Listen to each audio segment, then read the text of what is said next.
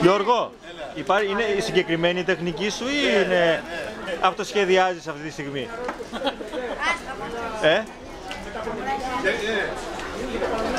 Έχει γίνει εξπέρα, Γιώργο. Είσαι φοβερός, Γιώργο, έτσι, δεν το πιστεύω. Δεύτερη δόση, έτσι. Γιώργο, διπλό το πίνεις. Δύο παιδιά έχω. Τι τεχνική, πω.